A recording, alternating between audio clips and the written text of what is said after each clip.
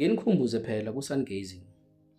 Uyabona uma uzo-sungazer ekuseni, kumele uqale kulezi y'khathi lezi ukuthi ilanga lisavela. Lapho ilanga lishisa kakhulu, angeke nje kube nenkinga ukuthi uma usuqeda ukusangaza-ke kuba nokuphazamiseka emehlweni wakho, yabo? Ngicela nje ukuthi sizwaneni lapho.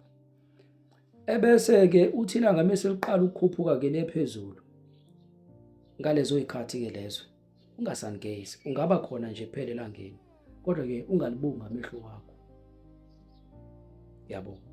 Mina ngiyakwazi ukuyenza lento le, ngiyazi ukuthi baningi abakhona abakwazi ukuyenza yonke lento leyo.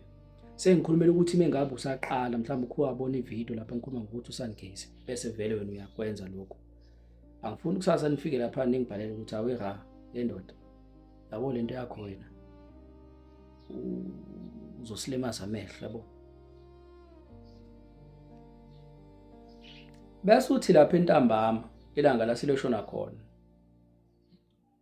lapho ngaba uma-5, 5:30 lapho, isona-ke isikhathi futhi ukuthi usangaze. Futhi-ke ungajuli kakhulu, i-5 minutes ilungile, 5 minutes nje kuphela.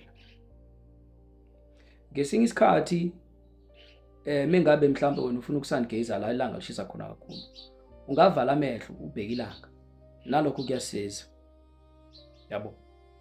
Uvala amehlo ubheke ilanga.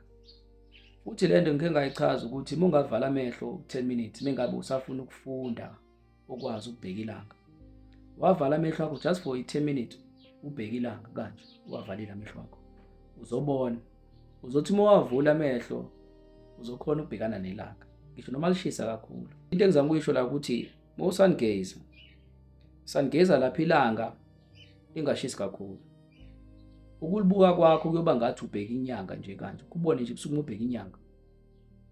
Isona-ke leso sikhathi ukuthi usangaze ngaso-ke. La ilanga liqala ukuvela khona ekuseni, yabo? Uthi ubuka ilanga kanje alikwenzi lutho, ngisho nantambama bese liyoshona. 5 minutes nje kuphela. Kuningi oyokuzuzwa ngaphakathi okuyokulethela ukuphila nokuthi ube nolwazi. Wonke lawo mandla lawo ayongena phakathi kuwe ngokushesha ngoba-ke manje usubuka ilanga ngamehlo wakho kanje, okudlula lokho ukuthi ube khona elangeni. Lokho kwenza kancane. Kodwa-ke uma ulibuka ilanga ngamehlo wakho-ke, lokho okufisayo ngaleso sikhathi okufunayo kuyashesha.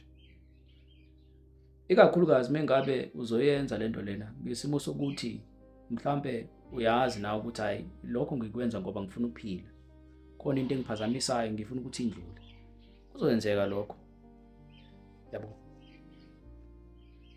So mina ngithi nje nginikhumbuze ukuthi nenze njalo.